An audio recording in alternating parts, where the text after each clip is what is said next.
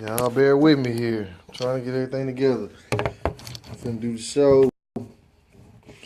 Back it up a little bit. That means we about to get busy. Uh-oh. Forgive me. Alright. Whoever's watching, appreciate you. Jonathan Butler, what's up?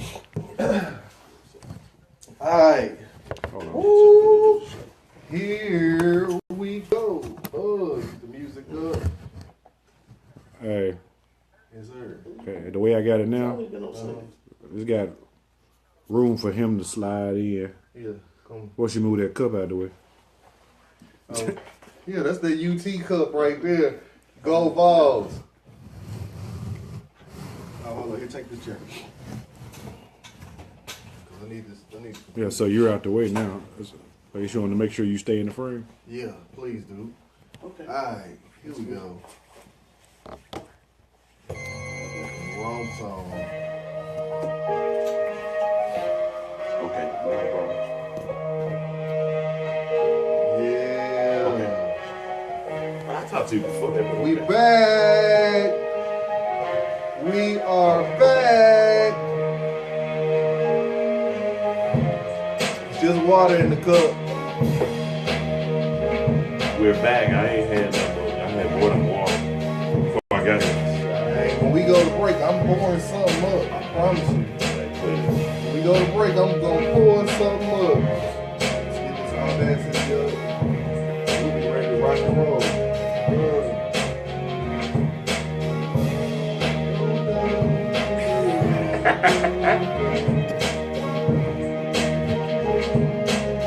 Ain't heard the theme music in a long time. Right. You ready? Hey, welcome to the It's About Time show. We're back, and today is just me and the Candyman, aka the Noble Birch himself.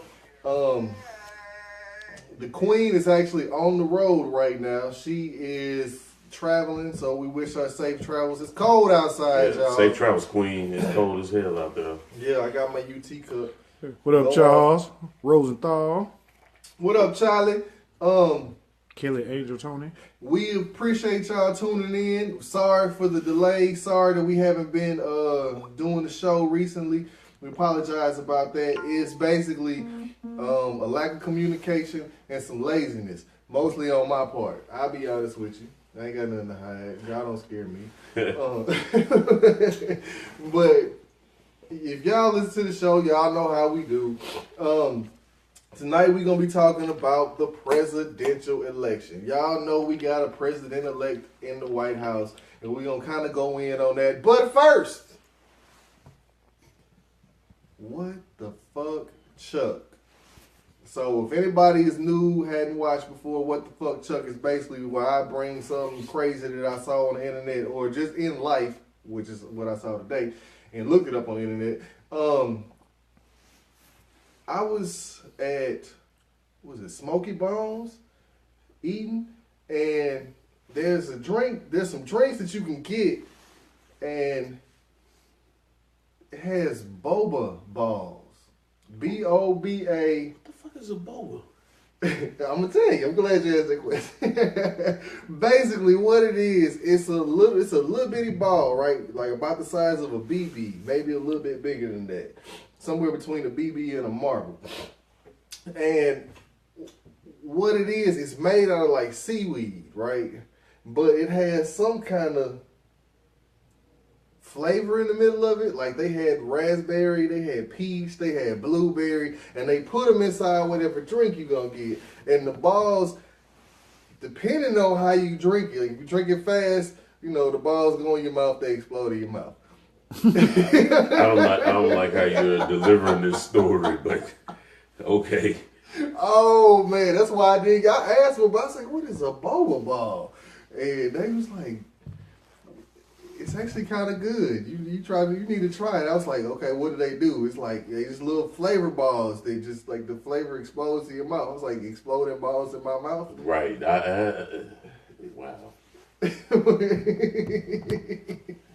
You want balls to bust in your mouth? Get you a bobble ball. Yeah, BOBA. It's like some kind of Japanese thing. Yeah, only them, man. Yeah. These are the same people that had a karaoke jacking off game show. Man, what? Yeah, that was hilarious though. That was hilarious. So nothing from them surprises me, but No. I digress. You go ahead and finish No, the story. no, I mean that's pretty much it for the boba balls. It just tripped me out that like I can get some balls that have flavor and they explode in my mouth. Yeah, you might want to rephrase Sean that. Hagwood says, "Come on, Chuck. Yeah, Balls Thank you, explode Sean. in your mouth." yeah. That's exactly. Hey, Sean. Hey, Sean went to Morehouse with me. What's up, Sean? But yeah, Sean, that's exactly what it is. It's like the seaweed kind of dissolves, and then you got the flavor All right. explosion. Whatever you Right. say. Pastor Hagwood, he's actually a pastor, I think, in North Carolina. It's the gift that keeps on giving. Man, Give us look, something. needless to say, I did not try boba balls, nor am I interested in trying boba balls. Yeah. That being said, we're going to go ahead, and the queen is not here, but it's a couple of things that I do want to talk about and just, get my co-host, the Noble Burgess, input on. First is, since the time we've been on the air, actually, I'm going to start with what's been happening in Chattanooga. And I'm going to start on a somber note, then we're going to hopefully lighten the mood up a little bit. But I just want to say my condolences to the families who lost the children in the Woodmore bus crash. Yes. We are truly sorry for your loss. We're sorry that happened. Also, we need to be in prayer for the young man that was driving that bus as well. Man. Because there's a young man that was out trying to make an honest living that made a mistake, and unfortunately the mistake cost some children's lives. Yes. But we definitely want to pray for and send our condolences out to the families of those young people that lost their lives, and continued support for them as well. Well, I'm gonna piggyback on that as y'all. Well, most of you all that know me know that I'm a Shriner and I'm a clown. I mean, yeah, I put on makeup and act silly too. You're a for real clown. Yeah, I'm a for real clown. Not just a joke. Even without makeup, but yes, I'm a for real clown. But anyway, we every year we go to T.C. Thompson and give out toys to the kids in the hospital for Christmas. And last week we were blessed to be able to see 3 of the kids that were still there, and it was good to see that we put smiles on faces. That's good. In the light of everything that's going on with them, but then it's still it kind of hit me, but to know that they're still alive and that we saw smiles on faces, man, it made my day. Yeah. So big ups and, like you said, condolences to the family. Yeah. The families. I know money's going to be exchanged, but it ain't about all that. Because people going to think about lawsuits, which, yes, it's going to be some people that's got to pay for this, but it ain't about that. It's about some innocent kids' lives, man. So. Yeah, I mean, and then there's no amount of money that can heal a loss like none. that. And None. just to something that my pastor always said in Nashville, there's no sorrow that heaven can't heal. That's right. So on that note, we're gonna move past that story, but we do want to offer our condolences since we weren't on air.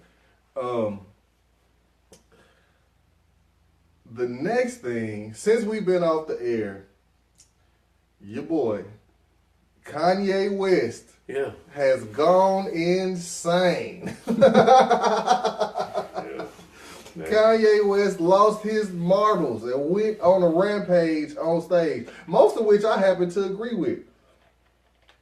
However, in some places you just don't say that stuff like that. They came to hear those people came to hear you do your music, not hear your political ideologies, right? And you can hear people in the crowd booing him, sing your songs, and he walk off stage after that. first of all, if I pay whatever exorbitant amount of money for a ticket is, nigga, you finna get up there and sing something. Yeah, Jesus walked something. Yeah, I don't give a damn if it's one of the witness songs. You get up there and sing something. I don't give a shit. I paid this money, motherfucker, to sing. I can talk about the damn political shit.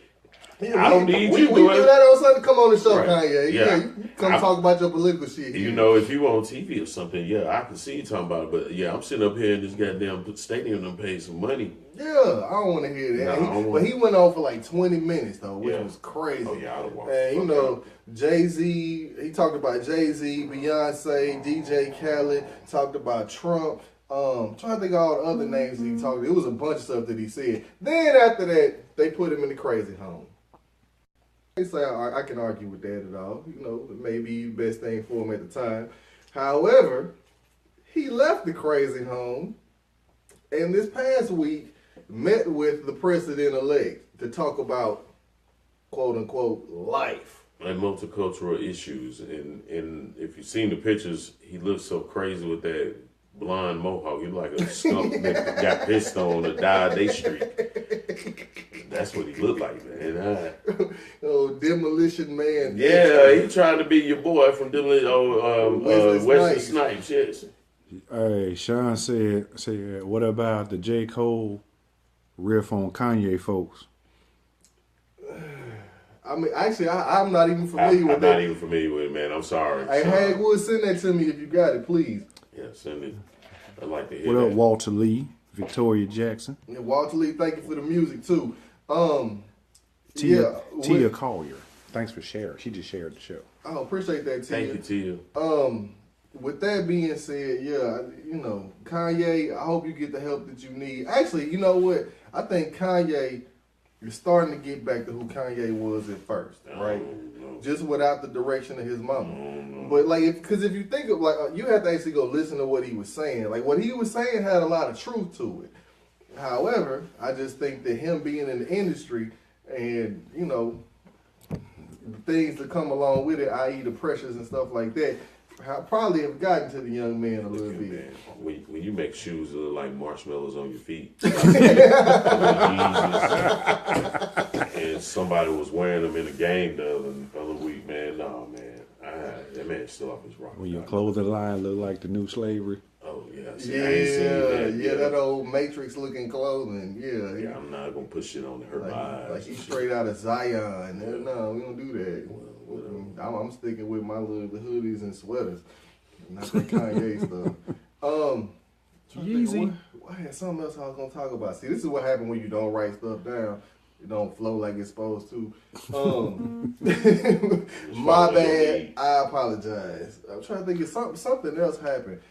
Update on the Hamilton County Black Caucus.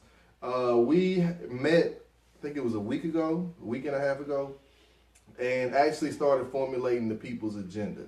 So if you're in the Chattanooga area, please, if you have not already gone and liked the page for the Hamilton County Black Caucus, you see the picture on the wall right there. If we can get it. The Hamilton County Black Caucus, you know, we're trying to, as black people, get our voices heard, get our concerns mapped out, and then also start making demand on these politicians, because as taxpayers, as voters, we have been pushed to the side for far too long, and it's time for us to start actually demanding things from these people whose salaries we pay.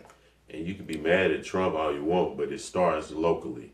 So get out, man. If you don't want to do local voting and everything, please, you got to get out, because that affects you first and foremost before even the stuff the government does. So, man, please, man, come out, support them. Yeah, please do. Please do. I mean, if nothing else, go to the Hamilton County Black Caucus Facebook page and like the page. And then there's some articles on there. Plus, we put the events out there, the things that are getting ready to happen. That being said, let's roll right on into my nigga of the week. Yeah, my nigga of the week, man. For those that are first time listeners that have never watched the show, my nigga of the week is somebody that's very influential that's did something moving and stirring for me throughout the week.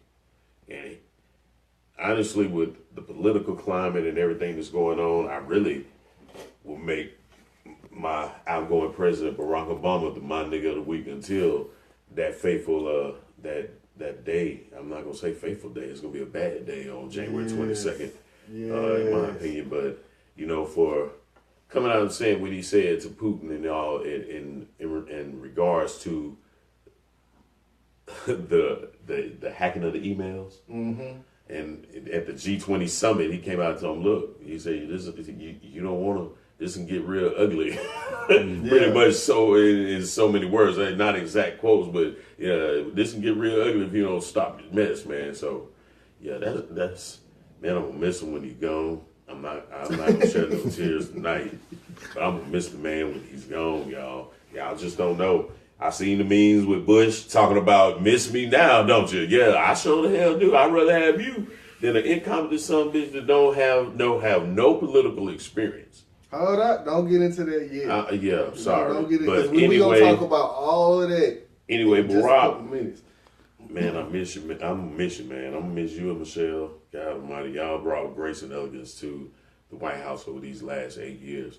Man, can I make an observation? And this is something I don't know if y'all listen to the Zoe What Morning Show, but if you don't, go to YouTube, look at the Zoe What Morning Show. But Zoe said something on the show to me that was so powerful. He said that it takes an overqualified, unblemished black man to sit in the presidency, in the spot that's the highest spot in the land, whereas if he was Caucasian, or actually let's just say if President-elect Trump had,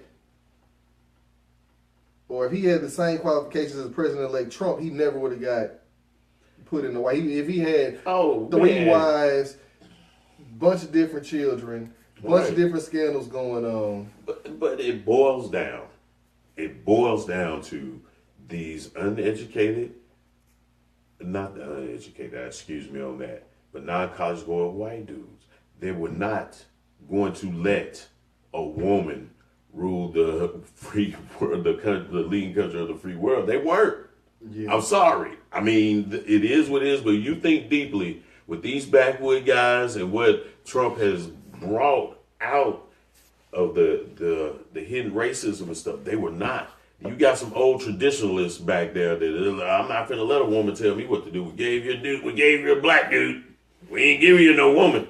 Yep. So not back to back. No, it wasn't gonna happen.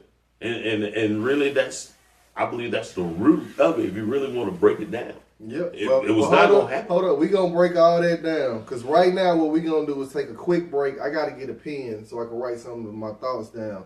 We're going to take a quick break. Y'all, please, if you're watching, don't go nowhere because we're going to ask some real important questions and some topics, and get into some topics about this president-elect. Because I got some questions here that, we as a people need to discuss. So, that being said, give me about a minute, not even a couple minutes. Give me a minute, and we're going to be right back. See, Shonda tuned in, Shataka. What up, Shonda? What up, Shataka? Lee Mosley Jr. Oh, Sonny Mo. Sonny Mo, what's happening? D. Scott. D. Scott, what's going on, my brother? Let's see, Vincent, Monty B. Pitts. What up, Vincent? That's the little homie from Nashville, man. And they said they pulled the 3 points off the board for the Cowboys. They was up, 3-0. Hey, you know what you ought to do? If you can do it, that plug going to the computer, saying tuck it up under that, or like you're saying poke a hole in it or something like that, because saying from this back angle right here, the cord, it just there. Yeah. I mean, it's the cord to the microphone. It'll be all right. No, but it don't. It's like from here. It's like it's like a clean shot. And then, what I'm saying, it's the wire that's hanging all the way down, and it's like you see it. So it's like there's no way to really get the entire wire out of it. So at least this back part of it. No, like, could it be any way? I would say like poke a little hole and then just. It ain't gonna happen tonight. My knife in my pocket, we poke a little hole. But I don't know. That's a little better right there, though. Who else on? Sean Daniels just tuned in. What up, Sean? Hey, y'all go to the Menlo Park grocery store. Please. Menlo? Let's go over and support Sean at the Menlo Park grocery store. It's right off of Gillespie over in Brainerd. If you are in Chattanooga, they got frozen. Best frozen I ever had in my life. Oh my God. I'm gonna need them lemon pepper wings though back though, Sean. Hey, stop bullshitting. Hey, in all honesty, hold up. Stop the music. Sean, I don't know what happened to the lemon pepper wings, man, but you know, we homies, we go back a long way.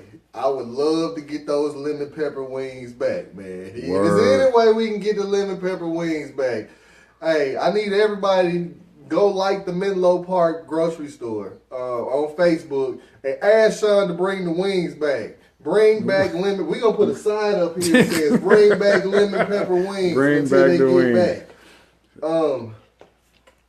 Harass Sean Daniels until he brings them back personally. Walk up on him and be like, hey man, what's up with the wings? All right. Let's mute that one. And then for you Cowboy fans out there. You ready? Yes, 3-0. Please don't put them 3-0. They didn't take it back. Yeah, 3-0 damn Tampa Bay. Uh-oh. Famous Jameis. Oh. Sean said, I got you. Good looking out. Don't be bullshitting, Sean. We coming this week. For real. This hawk starting to affect down here. It's a little chilly down here. We got to get. That's why I'm in a sweater and a hoodie, because we got to get the AC fixed or the heater fixed. Yeah, they gonna be out here tomorrow. Thank you. We on location in Siberia. Yeah. When you start seeing our breath, my friend. Shit. All right, let's get into it. Hey, welcome back to the It's About Time show. I am your co-host Chuck Beard, and right now we are going to get into our topic for the evening. If you are unaware, we have had a presidential election since the last time we actually did a broadcast. And it didn't go the way that I wanted to go, is an understatement.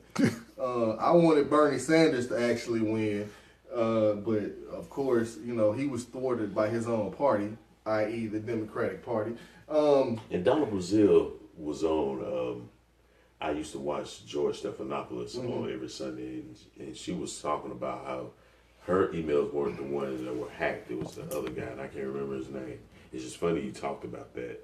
Because I just, something told me to watch it this morning, and I didn't watch the full interview, but I did get to watch enough to where I saw her say that, you know, and she was the head of the Democratic National Committee, you know, and she's a sister, you know. I used to see her back in the day on that show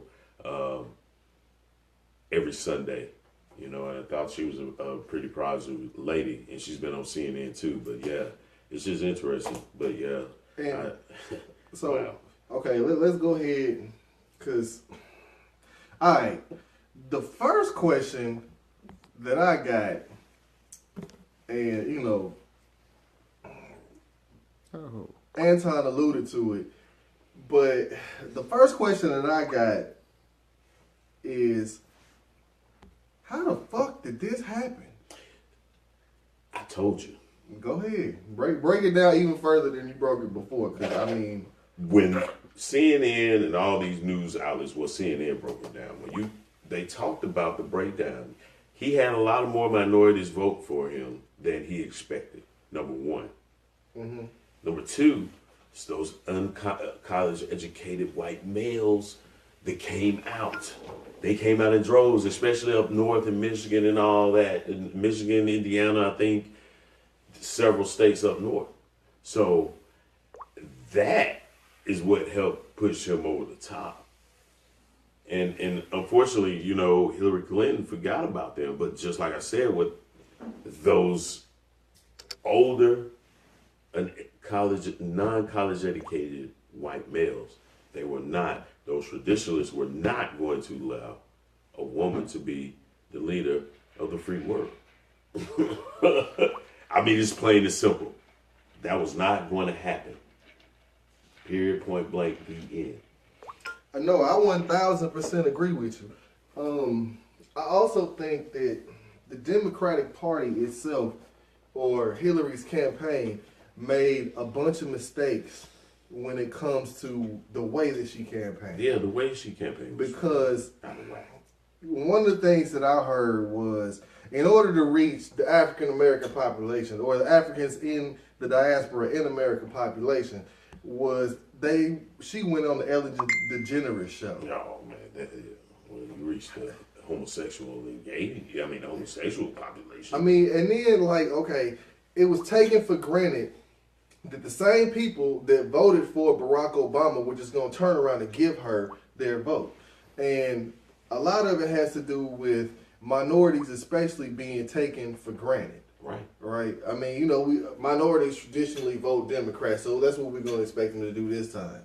And I'm not saying that, because the one thing I don't want to do, I don't want to accuse people because of the lack of voter turnout. Because regardless of what happened, it was 200 million people that voted in this election, which is still a large number of people. And if you look back at the elections, the numbers are consistently about the same, right? And okay, I'm finna deal with something.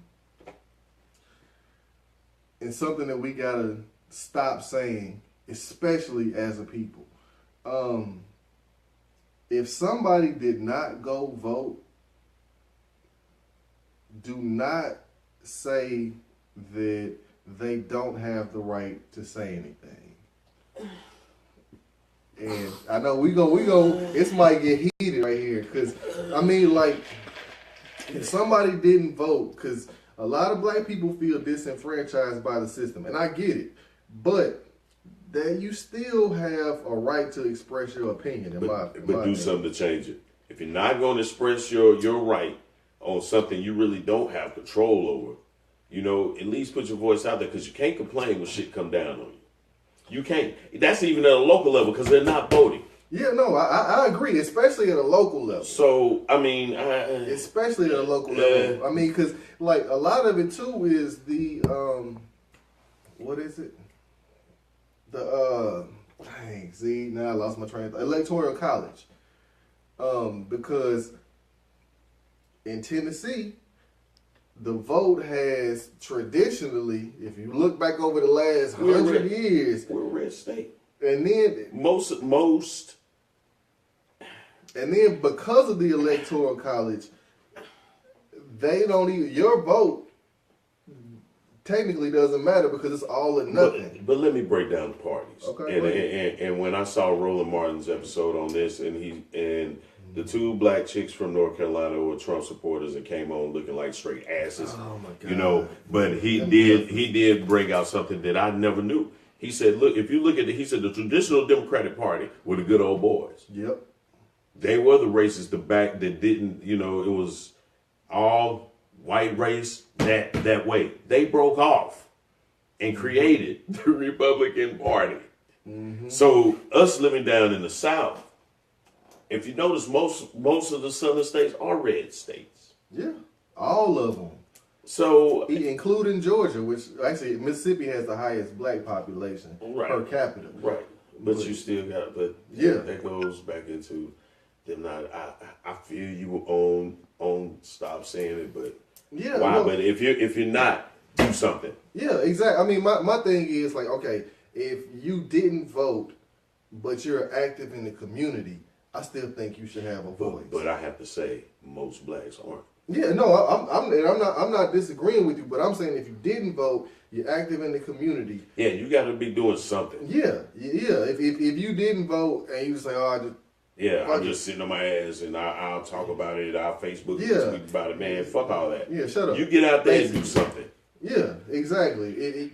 If you believe that a change needs to happen, which I'm sure all of us do, you need to be out there doing something about making this change happen. That being said, what you say, Wayne? Miss Duffy just tuned in. Tina Holmes is watching. Shut up. What's going on, Miss Duffy? Hey, Tina. Terrence Bowman. What it do? T-Bowman. All right. The next question that I got, and this is for all, because, like, okay, I had a real interesting conversation when I went to go get my oil changed, right? And it actually gave me hope, because I was talking to the guy who was the manager there, and we got into a conversation, a back and forth about the election. He, Caucasian male, Trump supporter, right? And a lot of what he was saying, you know, I don't agree with, but it's the fact that he and I, in this situation, has fostered a conversation that made me, you know, a little bit on the hopeful side. But one thing that we have to express that I don't think that a lot of Caucasians understand is why are minorities so fearful about this new president that's coming in?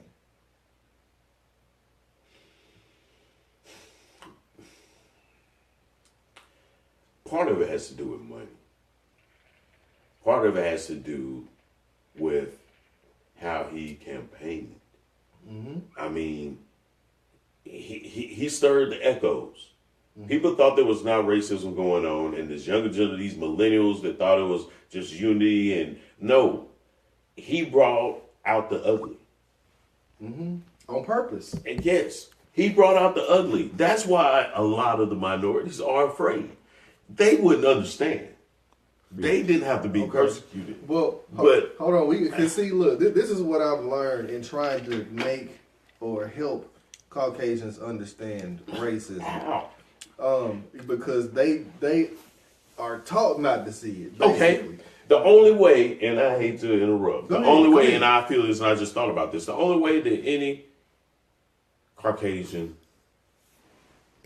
can understand racism is it only if their descendants or their parents or they were part of the Holocaust. I disagree. I'm gonna tell you why I disagree. But that's racism. No, it is. I'm not saying, but I'm not. Well, you said that's the only way. I think there are other ways that they understand. Just because, okay, you got a lot of Caucasians that descended from Native Americans. You got a lot of Caucasians that descended from indentured servitude. That's one thing that they don't teach in school. I'm not talking about them. That's a minority. No. Of the whites. No, well, the Native Americans, yes. The indentured servitude, right? No. But I know a vast majority of them have never experienced it. They don't understand. No, they don't. Being looked at as something like you don't belong. Right. Yeah. No, I completely. But like, I'm gonna tell you, and I'm gonna break this down as best I can to the nth degree, if that's possible. The reason why I feel like minorities are so fearful, if you go back and you look at the rhetoric that he was using, you know, there was a lot of comparison between him and Hitler. Yes. Right? There was a lot of comparison with him and fascism. Right? Yes. And there was one guy who actually went so far as to say that he is the very definition of what fascism really is. How I don't necessarily agree with that, just because I think, you know, all of it is a mask that he's wearing. But what I feel like, or what I saw happening in his speeches, in his rallies and things like that, him condoning violence, kicking people out, it's very reminiscent of what was going on in the 60s when churches were being bombed. And then him not... like the KKK endorsed him, and he didn't separate himself from that. You know what I mean? Everybody else that's ever run for president, if the KKK endorsed them, separated themselves quickly unless they were part of the KKK. Well, he's fine. And then the other problem that I have, and I've said this time and time again, even on this show, is not necessarily with him, it's with the people that he attracts, right? And he, in a Facebook post years ago said that he would run as a Republican because he could easily manipulate the people because they are the largest voting bloc and they're manipulated just by the rhetoric. The other part of that is what scares me also. It's the attitude of his followers because now we see racism. Like it's been 900. It's like over 900. What's it called? Attacks, just based on incidents, pretty much. Yeah, incidents that have happened just because of people's color and people shouting Trump. You know what I mean? Like they shout Trump and try and go beat up somebody. Giving them the voice to come out. Exactly, giving them the Trump is gonna take care of us kind of attitude, right? And the other part of that is what scared me is the media, because if you noticed, what the media did was whenever Trump said, "Oh yeah, I'm about to get on and I'm finna talk for a minute," they instantly clicked over to him, right? Whenever Trump said, "Oh, I'm gonna be over here," media was right there. You know what I mean? Like he was getting free coverage all day, every day, anytime he said he was gonna make a move, just because they could get ratings off of it. And anytime you pump somebody into people's living room, this is what happens with the radio. You pump somebody into somebody's living room for so long, the bullshit that they start talking about start actually sounding like the truth. Yeah, man. Earlier this week, I watched the movie The Day After. Mm-hmm. And if a lot of people haven't seen that, I know there's a lot of people younger than us that haven't seen that. Back in '83, it came out. And it was a movie, and I remember it just like it was yesterday. It came on ABC about if there was a nuclear holocaust. Yeah. It was 1984, was that the movie? 83. No, I'm saying, what was the name of the movie? Was it The Day After? The Day After, okay. Yeah, and they made it so scary. Me and my best friend were talking about it, and I just remember it. But watching it as an adult, and with the climate that's going on, it scared the shit out of me. Because it's very graphic. Mm-hmm. And it showed. It was about, I mean, Russia was acting up, invading somewhere, and then all holy hell broke loose. The U.S. sent out their nuclear missiles. It was based in Kansas, like the Air Force had silos there and all that. Mm-hmm. But the attacks happened everywhere, but that's where it was based in this movie. And for the graphics for 83, yeah, they were cracking, but just the realism, just the aftermath of it, just people just everywhere with no help coming around, scrounging and fighting if the guard came in with food. It made me think, and I said, am I foreshadowing? Am I watching something? Am I actually foreshadowing? Because that's what scares me, man, more than anything. I guess because of me having served in the military and what I did on a nuclear submarine and know what's capable. Yeah. Wow. To your first comment about, you know, saying those are the people that say, you know, saying, no, I didn't vote, my vote don't count. Yeah. Stella Duffy said, to vote, protests are some of the few powers we have to retain our rights and freedoms. The only way to protect the Constitution. I hate the Electoral College, but our votes still do count. Right. Mm-hmm. And then Sean said to your point, Chuck, Hitler said in Mein Kampf, lies unremittingly repeated will make people believe hell is heaven and heaven is hell. Yep. The more repeated the lie, the more readily it is to be believed. Yep. Then it goes on to say it, but Kevin Muhammad and Cassie Moses just said, hey, what's up? Okay, appreciate y'all for tuning in. We're going to take a real quick break again, and then we coming right back. Give us just one more minute. Appreciate y'all for tuning in. Thank you for watching. We appreciate y'all. We're back. Send your questions in.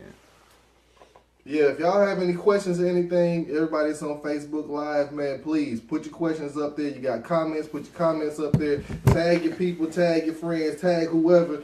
So that, you know, we're back now. We're trying to make this show bigger and better, man. Please, please, please, if you can, help us Terrence, out. tell Terrence to address his comment when you come back. What's Terrence's comment? Terrence says, crap. It says, Roman, right? yeah, it says the class system played a big part in the economic setup of this country. It also showed how each group of people was treated and broken down, not only by color, but by how much money they had. And I can't see the rest of his comment. There it is. It says, unfortunately, even the Irish were considered trash by the so-called pure-blood Europeans. Yeah. We as Americans have allowed this country to be what it has always been, a capitalistic economic haven for the rich. True. Yeah, that's very true. That was deep, brother. Yeah. Who Terrence? But no, that's 1000% true. I mean, and then like, okay, what really happened in this country was during Reconstruction. Black people and white people, like the white people that were indentured servants and the Africans in America and the diaspora who were freed slaves, started getting together and joining forces, right? So what happened was the FBI started a campaign basically to demonize the black man, which is where you start seeing blackface come in. It's where you start seeing the lynchings come in. They made a huge campaign to separate and say that these people are not like us. To be white is to be better than anybody else, right? So, because after Reconstruction, what happened was you started having a lot of black people getting educated, and at one point in time, like the largest number of black senators was in like 1887 or something crazy like that, maybe 1896. We haven't been able to duplicate that number because what happened is the government set us up and then ran the game on the people so that the people would separate and be divided, i.e. the same thing that we saw happen in this presidential election. All right, that being said, let's get on back to it. You ready? Hey, Tammy Hodge. What's up, Tammy Hodge? Hey, welcome back. This is going to be our last segment of the show today. We're talking about the presidential campaign and, you know, everything that's transpired that led up to Donald Trump getting elected. And we started getting into why minorities are fearful of the upcoming president. And my question now is, and I'm asking my co-host, and I'm going to answer a little bit as well. What do you think is going to happen in the next 4 years? Honestly, I don't know. To me, it's a big unknown. I have my thoughts. Sharon, we want to hear. I mean, I really don't. I feel it. Okay, well let's break it down. It's just hard. I've been trying to figure. You know, I'm trying to give it a chance, but I'm just like, I don't know. I mean, we don't have a choice but to give him a chance. Right. It's been thrust upon us, But right? it's just like, I don't know. Well, When you elect, when you nominate a guy that runs a $1 billion oil company to be your number one man in the branch of government that has no political experience, that is friends with a bitter enemy, is that it came out that if he lifts the ban on the exports from Russia, the Exxon could make over billions of dollars. If y'all play the stock market, and this is one thing that I'm seeing here too. If y'all play the stock market, put your money in energy stocks, i.e. oil, Yes. Coal, Yes. fossil fuels, whatever. Go ahead. I'm sorry. But no, it's just, I don't know. I don't know. Just like when I said I watched the movie, I don't know. Could it be like this? I'm scared that it might be like this. But I don't know. I'm going to tell you what I see. And, you know. I know this. Go ahead. Those that he want to help and these voices they bring him back out, those are the ones that are going to be hurt. Yeah. And just like it's been floating around for those voices that he done trumped it out, to want to make themselves known. This is not the 60s and the 50s and shit. I am not my granddad. This is not that time. See, now you say the wrong things and you will get your ass fucked up. Business. Yep. And no fear. I'm not saying I would do it. I'm just letting you know what's out there right now. It's not gonna turn out. Well, I mean, the whole thing is he played off the divisiveness, Mm-hmm. and he created division, which has minorities especially on edge, and it has the Caucasians that he played to emboldened and feeling like they can go out and do whatever they want to do. And my thing is, and this is what I see in this election, right?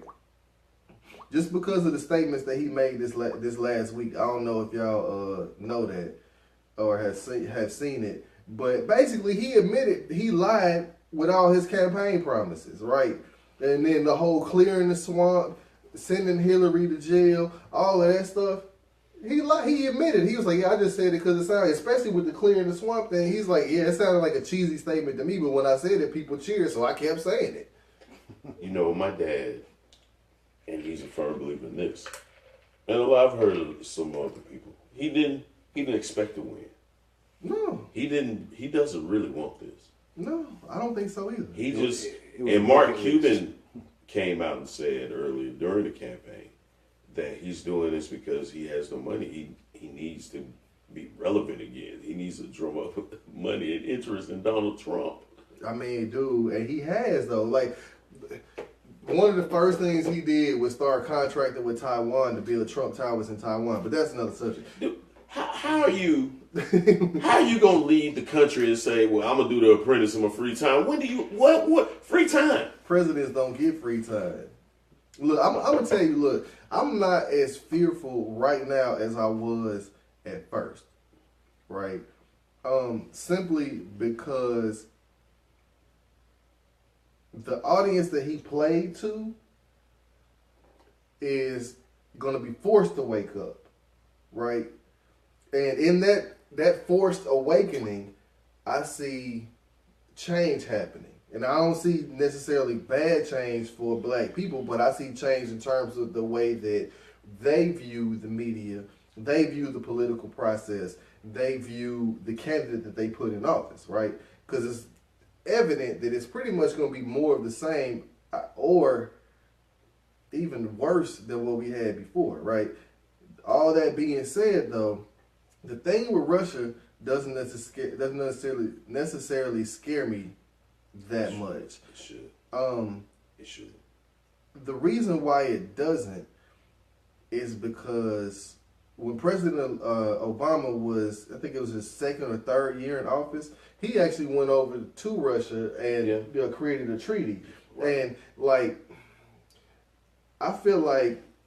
But now, the reason I say you should is because of who Putin is. Now he knows he has more of an ally, and to get away with things he didn't want to get away with. Well, no, I agree that I'm not gonna say Putin needs to be feared, but Putin is someone that this man has money like Donald Trump. Yeah. So I mean, he's a tycoon, right, at the very least. And I don't know, the military part of me, because of things I know, Sean said, I don't like to be pessimistic, but let's see, he's really afraid that Trump himself may be subject to violence. There's too much uncertainty in the air amongst Americans, and based on his racist rhetoric and creation of division that yields to anger that may be directly reciprocated on him. Okay, that being like, and I understand what you're saying, Sean. However, I don't agree. Simply because, number one, nobody wants to see Mike Pence as president. Nobody. White folk don't want that. Black folk don't want that. Hispanics don't want that. Nobody wants to see Mike Pence as president. Second part of that is the security that is put around the president of the United States. While I'm not saying it's infallible, is pretty much second to none, right? But okay, I'm gonna tell you. In these days, I don't put nothing past nobody. Yeah, no, I mean I don't. I think somebody probably gonna shoot at him. They shot at Reagan. Matter of fact, they shot Ronald Reagan. they shot, but Ronald Reagan happened to live. It just wasn't a kill shot. Terrence Bowman said, "Minorities fear the media and the propaganda set forth by years of forced hate and total control of what, how, and when we as a people do anything that isn't deemed right." Okay, hold up, because Terrence is trying to lead us into another area that I do want to talk about.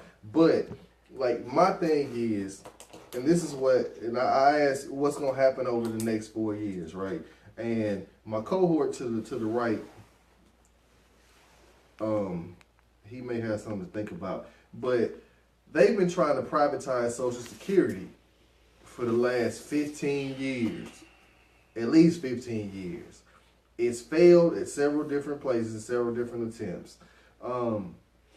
Do you think that Social Security is finally going to be privatized? The man that he nominated for Health and Human Services is one of those believers. And while you're on that, just like but like to privatize Social Security, you got to go through the House and you got to go through the Senate too. I don't think that would happen. I hope not. But I just his cabinet picks. His cabinet picks, man. Ben Carson over the urban, what is it? I know it's with the housing. Housing and urban development. Man, he ain't never lived HUD. Yes, he ain't never lived in the hood, man. No, Ben Carson did grow up in the hood. Yeah, okay. He lived in the projects. I actually read Ben Carson's book. I forgot the name of it. But, I mean, he has been removed from that for 40 years now, something like that. Yeah, for Ben Carson to be Housing and Urban Development Director, personally, I wouldn't have had a problem with him being, what do you call it, Surgeon General. I feel like he would have been qualified to be Surgeon General. Housing and Urban Development is a different thing, though. Man. I mean, but like what Ben Carson is one of those people that's trying to get rid of Section 8 and trying to get rid of welfare as well. I mean, and then what's going to happen with... well, modern day welfare is the SSI program that we facilitate. Yeah. But when if they privatize Social Security like they've been wanting to, what's going to happen to welfare? What's going to happen to Section 8? What's going to happen to food stamps? I mean, where are all these programs going to go? Then what's going to happen to the minimum wage? Because large corporations don't want a minimum wage. They want to basically take it back to before they had child labor laws, when Carnegie was putting all these people basically damn near killing kids just so they can get put to work. So I mean, like, we got all these questions that we gotta ask, and we were starting to get into what Terrence said is, as a community, as Africans in America in the diaspora, what do we need to do to get through and to move ahead in these next 4 years?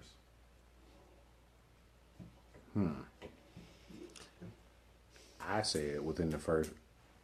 personally believe within the first 2 years, Trump is going to either be impeached or he'll quit, and then Mike Pence is going to inherit the office any damn way.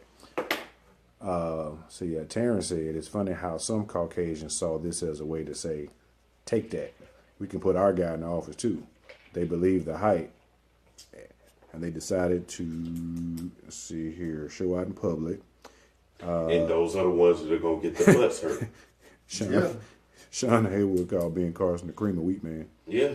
Yeah. He Uncle Ben. Yeah, he Mr. Bojangles to me. Terrence also said the majority of welfare recipients are not black. I see it every day, Terrence. Trust me, I know that for a fact. Man, the people that's going to be hurt most if they redo this welfare system like what they trying to do is going to be Caucasians. I look at especially in these rural communities. I look at families that are drawing $733 max a day.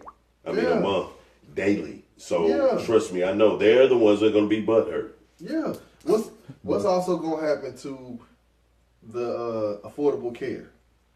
They really, there's been conflicting supposed to reports, be but they said repealed. that it's going to be, But now it's it's not. going to be harder to repeal than they really thought. Yeah, it's what 22 million Americans that. But he already said he's not going to repeal it. He said he may try to tweak it, but you know what I'm saying. Tweaking, That's another campaign lie. Remember, But see, because he said on the campaign, he said, you know what I'm saying, we're going to get rid of it. Yeah. Now he's like, not so much. Yeah, now we're gonna tweak it. But one of the things that I do want to say about that though, with the Affordable Care, is the fact that, but in order to write the law and in order to put these plans in place, it was a Democratic and a Republican effort together to put those plans in place. And it was only when it came to the public's eye, because the Republicans wanted to separate from Barack Obama, that they said, we don't want this. Right? Because Mitt Romney is the one that came up with the whole thing. Good old Mitt. Yeah. And I'm not saying it's a bad thing at all. The way that it was acted out, because of the governors of these different states turning down the federal money, and then them saying that, oh yeah, we're gonna have, they wouldn't subsidize and all that. Yeah. See, yes. Yeah. It's not so much the bill itself. Yeah. It's the man that put the bill into action. Exactly. It's not what it is, it's who did it. Which is some bullshit. But anyway, my thing with that is, yeah, they can try and repeal it, but if 22 million people lose health care, like the biggest cause of bankruptcy before this law was health care, which meant the government ate all those bankruptcy charges. Right. So, I mean, if you got a $50,000 hospital bill compared to $1,200 a year for an insurance premium, which one you gonna choose? You know what I mean? I'm not messing with that 50. Yeah, exactly. I don't want to touch the 50. I'd gladly pay the $1,200. Anyway, I want to get back to that question that I asked. What do we, as a community of Africans in America and the diaspora, need to do? Stop talking about it and be about it. You got too many people that are saying what needs to be done. This is really now one of the things I believe in the next 4 years you're going to have to be about it. Yeah. You were really going to have to be about it.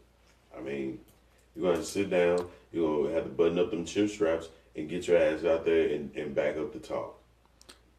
Yeah, Terrence says bottom line, Trump is a businessman. Yes. He will run this country as such. Well, hold up. We're not going to get on that yet, because I still want to stay here on what we as a community need to do, right? And Pray. I appreciate Terrence for the comments. Pray. Like Pray. Anton said, we gotta batten down the hatches, basically, is what he said. I think more so now than ever, because we've used money as a tool to separate ourselves, similarly to how the majority of society does, right? We are gonna have to, the people that have, more so now than ever, are gonna have to start helping the have-nots in our community. Yep. Right. We gonna have to stop walking past these people, because I think it's gonna be a lot of jobs that are gonna be lost, shipped overseas, all that kind of good stuff. I think when all this starts happening, we are gonna have to start taking our own in, and we're gonna have to start doing for our own, which is gonna create a bigger sense of community, in my opinion. That's one of the reasons that I'm actually not as upset about it or fearful about it, because it's only gonna have, what we're gonna have to do to survive as a community is only gonna bring our community closer, because now we've been able to readily identify who our enemy actually is. Because if you ask any black person, it's gonna be the cops, it's gonna be the justice system, and it's gonna be the people in Washington. So we are able to readily identify who the enemy is and who is actually not giving fair treatment. And it's up to us to start building on our own. Like you said, don't talk about it, be about it. We got to do that. You got to. And if you got to bring your cousins, your aunt, your uncles, whoever into your house to help take care of them, look, y'all come up with something that's gonna help the community. Like if they sew, if they cook, if they do whatever, you know, y'all start a business together. Let's start building something because we gonna have the same concerns because you know black folk been poor since we been free. Right. Okay. Hold on. Let me read. Well, let me finish reading. See Terrence's comment because it's kind of tight. Well, Terrence's bottom line. I see Trump is a businessman. He will run this country as such. As a billionaire, he will place what he can get out of it as a paramount endeavor. Sean says. It's always been about. And let's see, you can forget about coal jobs coming back. Another Trump lie. Let's see, with all the coal ash problems, especially in the southeast of the U.S., those jobs aren't coming back due to ecological issues. Yep, the fracking and all that kind of stuff, yeah. And then Sean just replied, he said, Chuck, are you saying that we are going back to the mode of community/black businesses before post-civil rights integration? We're going to have to. I mean, we're going to have to circle the wagons and we're going to have to actually start taking care of our own like we did before. Like, we're going to have to create some kind of barter system as well.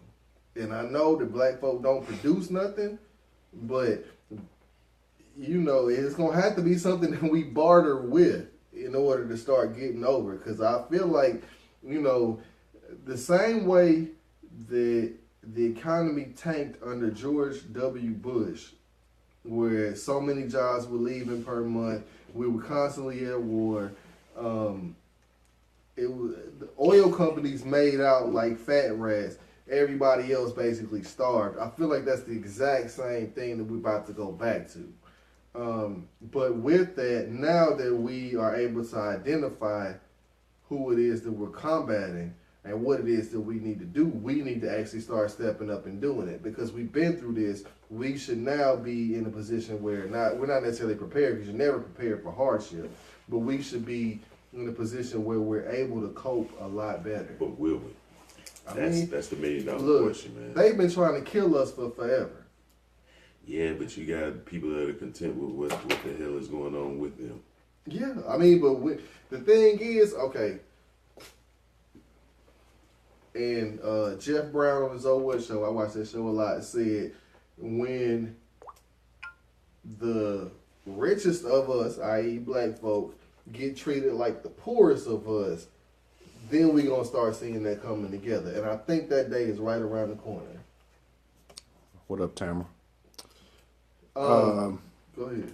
Terrence says some of us would rather blame, rob, and kill each other before we help each other out. And that is sad. Yeah. Yeah. I mean, dude, all this stuff that's been thrust upon us, we're about to have to figure out a way to look past it, get past it, so we can get through and get over. It's what we've always done as a people.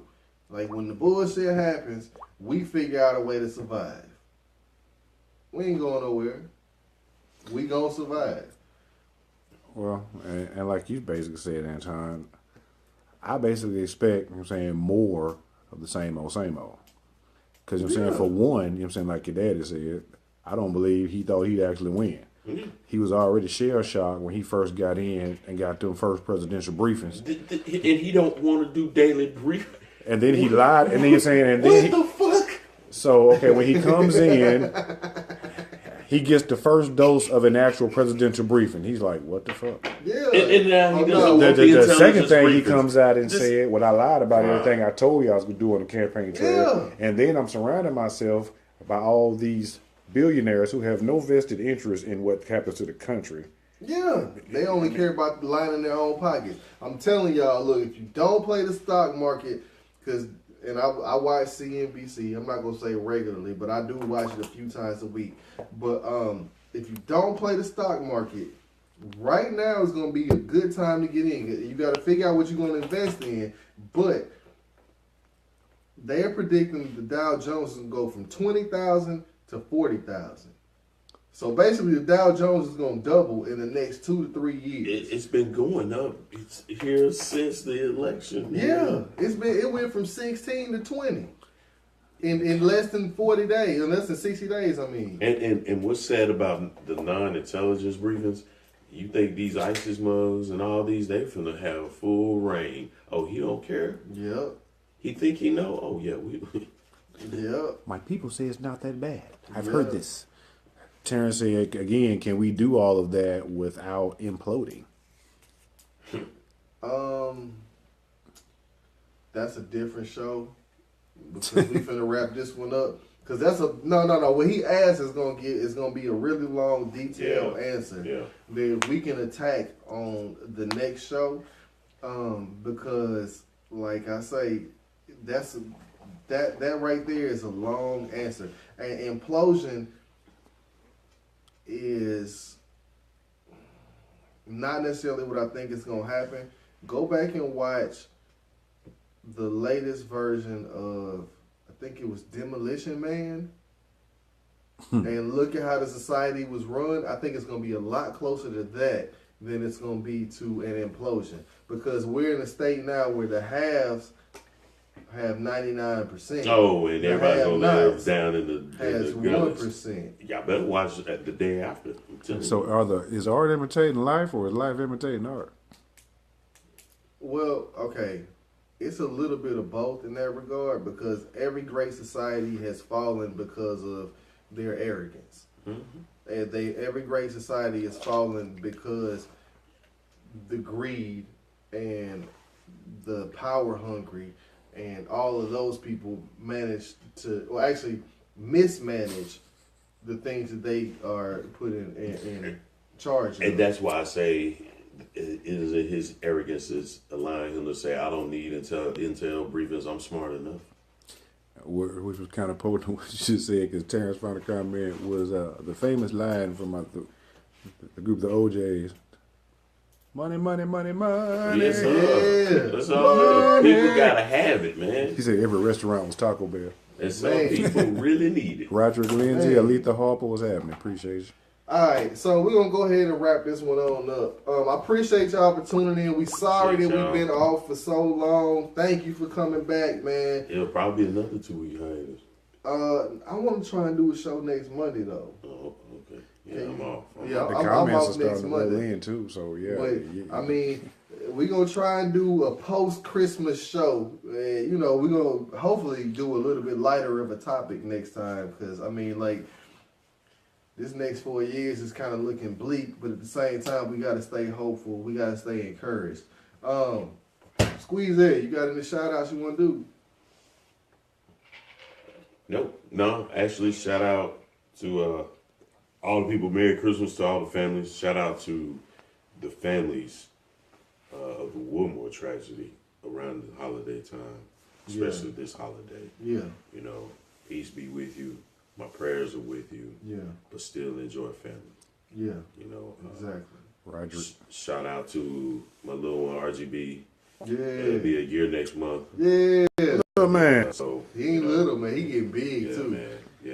Yeah. It's truly been a blessing, a good year, man. So eat all he can, Obama finna go.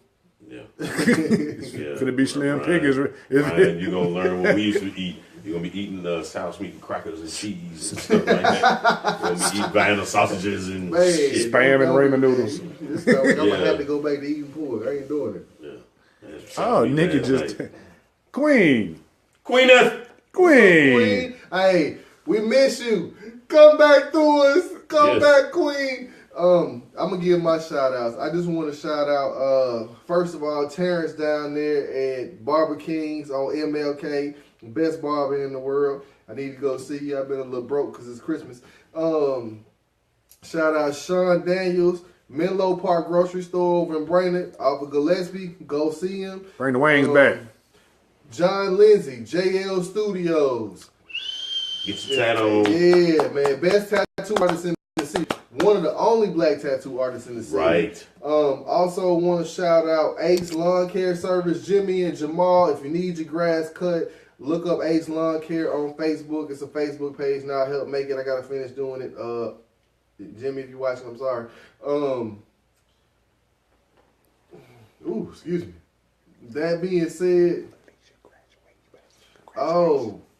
congratulations to Felicia Cotton. Just got her master's degree from UTC. She's going to be a certified or a licensed counselor, is what she said. Shout out to all the grads. Yeah, shout out to everybody that graduated. Getting all that kind paper. of good stuff. Yeah, get that Also, got to shout out D. Wayne, the cameraman Robinson. He back there with the comments in the camera because, you know, we try to have a little bit better view because we trying to revamp it, make it better, make the experience better. But yeah, he's back there with the camera and in the comments and all that kind of good stuff. So I appreciate him. I know the brother had a long day, and that being said, what? Sean put the address up here: 3630 Ridgeside Road, Chattanooga, Tennessee 37411. Yep. 423-661-3415. Hit him up. Go out, y'all. Menlo Park Grocery Store. Yeah. Yeah, make sure you go over there, man, for real. Support. You got the penny big bowls and shit over there, like the candy lady. They got lottery. They got your Newports. They got your Black and Milds. If y'all smokes the Tweeds, they got your. You got the 50-cent cookies like the candy ladies. Deidre Maxwell, appreciate you. Indeed, thank you for watching. All right, we're gonna go ahead and wrap it up. I said we was gonna do this to the end of the year. In the words of the Black Panthers, how they started and they ended, because it's their 50th anniversary. How they started and they ended every speech. We want to say power to the people, power to the black people, power to the white people, power to the brown people, power to the yellow people, power to the red people, power to the purple people. All power to all people. Power to the people. We out. Peace out.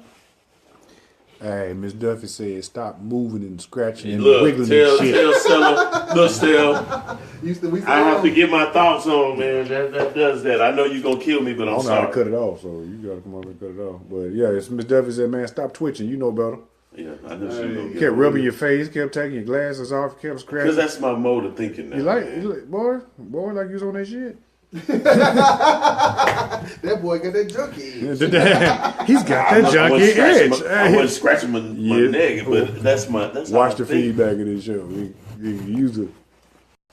Man. You doing this shit. That's how I think, man. You need something to occupy your hands. Man. Oh, man. Woo. Man, it's cold.